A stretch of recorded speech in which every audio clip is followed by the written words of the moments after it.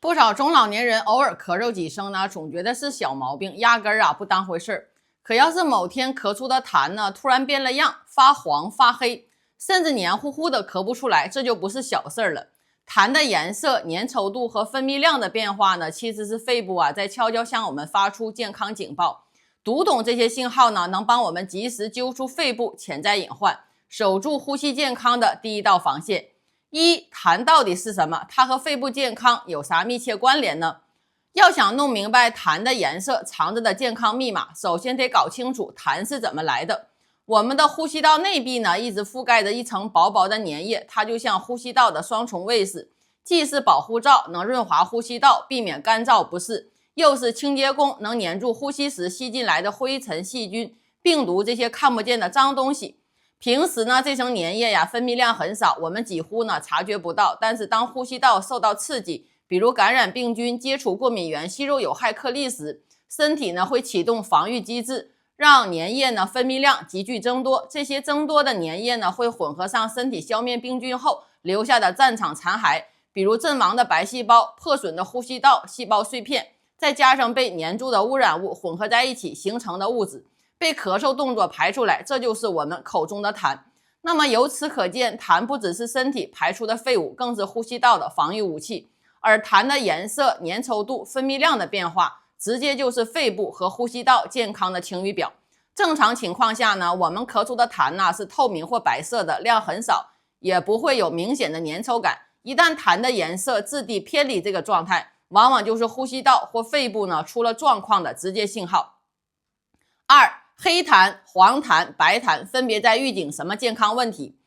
不同颜色的痰对应的身体问题天差地别，尤其是身体机能逐渐下降的中老年人，更要对照的仔细分辨，千万别忽视。黑痰，肺部发出的最高级别警报。咳出黑痰千万别抱有侥幸心理，这是肺部在发出的最高级别健康警告，意味着肺部可能已经受到了较严重的损伤。黑痰的形成主要和长期吸入有害颗粒物密切相关。第一种情况是长期吸烟，烟草延伸会产生焦油、尼古丁、一氧化碳等几十种有害物质。那么这些物质会随着呼吸沉积在肺部的支气管和肺泡上，日积月累就会和呼吸道粘液混合，让痰液呈现出黑色或深灰色。第二种情况是职业暴露，比如在矿山开采、建筑施工、水泥生产、煤炭装卸等岗位工作的人，长期在粉尘漫天的环境里作业，大量的粉尘、水泥尘、金属粉尘被吸入肺部，也会让痰液变黑。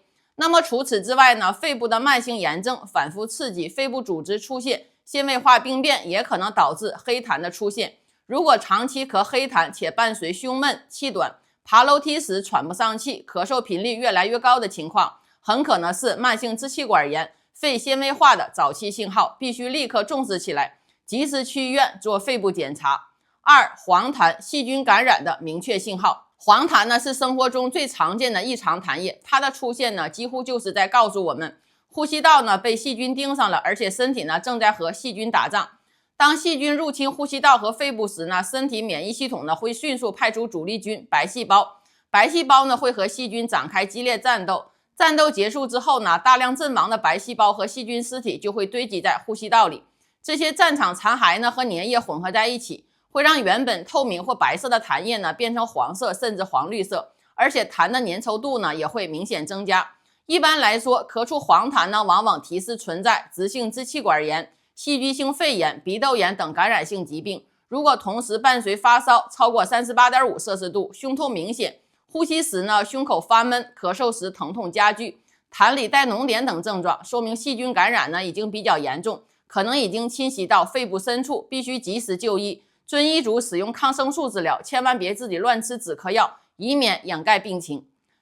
白痰，轻度不适的温和提醒。相比黑痰和黄痰，白痰的危险性要低很多，大多是呼吸道轻度异常的表现，但也不能完全掉以轻心。白痰的出现主要有两种常见原因。第一种是呼吸道受到轻微病毒感染，比如感冒初期，病毒刺激呼吸道黏膜，导致粘液分泌增多，形成白色的稀痰。这种痰通常容易咳出来，还会伴随鼻塞、流清鼻涕、轻微咽痛等症状。第二种是过敏反应，比如接触花粉、尘螨、宠物毛发、冷空气等过敏源后，呼吸道黏膜发生过敏炎症，分泌出的痰液呢，通常也是白色的，还会伴随打喷嚏、嗓子发痒、胸闷等症状。不过需要注意的是，如果白痰持续时间超过2周，或者是从稀薄的白痰变成粘稠的白痰，甚至出现咳痰费力、胸闷加重的情况，就可能是慢性支气管炎的早期表现，需要密切关注后续变化，必要时呢去医院排查原因。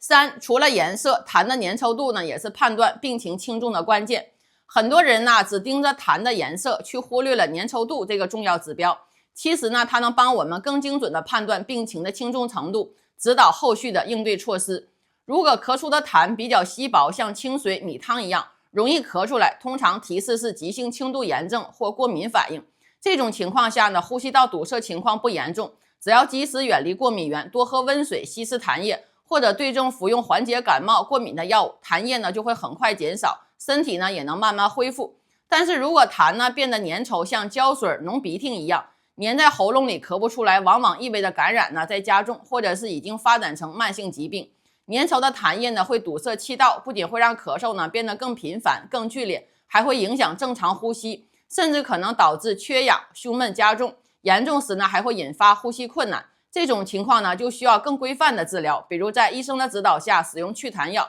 帮助稀释痰液，促进排出。4. 中老年人如何通过痰的变化早期揪出肺部疾病呢？痰的变化呢是疾病的早期预警信号，学会观察，及时应对，能大大降低病情恶化的风险。这对身体机能逐渐下降的中老年人尤为重要。1. 做好日常观察，记录关键细节。平时咳痰时呢，不妨多留个心眼，重点记录这几个核心信息，方便后续就医时给医生提供准确依据。